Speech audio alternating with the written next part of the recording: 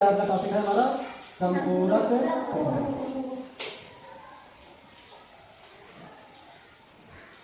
संपूरक कोण होता क्या है, ठीक है। संपूरक कोण होता है ऐसे दो कोण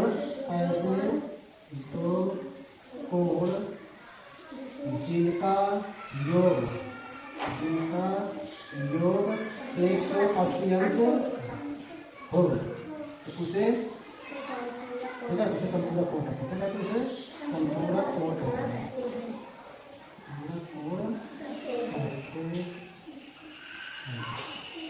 ठीक है, इसमें क्या कहा गया है, ऐसे दो कोण जिनका योग 180 अंश हो उन्हें क्या कहते हैं, संपूरक कोण कहते हैं। यानी दो कोणों को जोड़ने पर 180 अंश आना चाहिए, ठीक है ना। मनीष ध्यान दो, देखो जैसे हम 54 अंश है, क्या है 54 अंश। अगर हमें इसका क्या निकालना है, संपूरक कोण हमें इसका निकालना है, तो क्या करेंगे, अगर 54 अंश का संपूरक कोण निकालना है तो किससे घटाएंगे हम, 180 से घटा देंगे तो क्या आ जाएगा, हमारा संपूरक कोण आ जाएगा। तो संपूरक कोण निकालना क्या करेंगे, 180 में से 54 अंश को घटा देंगे तो हमारा क्या जाएगा, घटाएंगे तो क्या आ जाएगा, हमारा संपूरक कोण आ जाएगा। कितना आ गया, 126 अंश आ गया, ठीक है ना। ये हमारा क्या हो गया, संपूरक कोण, ठीक है ना। देखो एक और देखो उदाहरण दे दिया, 110 अंश, इसका क्या निकालेंगे, संपूरक कोण निकालेंगे। तो कैसे करेंगे, 180 में से घटा देंगे 110 अंश को, कितना आ जाएगा, 70 अंश। कितना का क्या गया हमारा, संपूरक। ठीक, अब संपूरक कोण में ध्यान रखना है कि हमने 126 निकाला, अगर देखा जाए कौन सा कोण होगा, कोण के प्रकार में देखा जाए कौन सा कोण होगा, अधिक कोण होगा। और ये कौन सा कोण होगा, न्यून कोण होगा, ठीक है।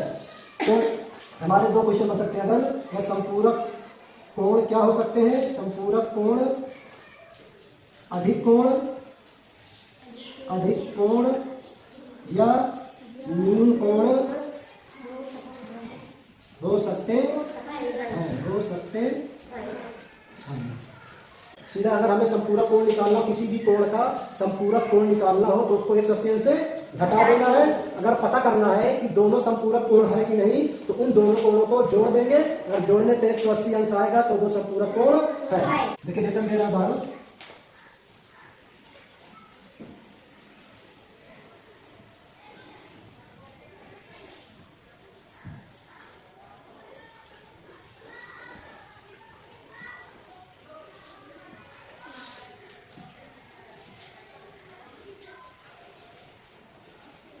ठीक है, हमने ये चार आपको दे दिया, ठीक है, बना करके।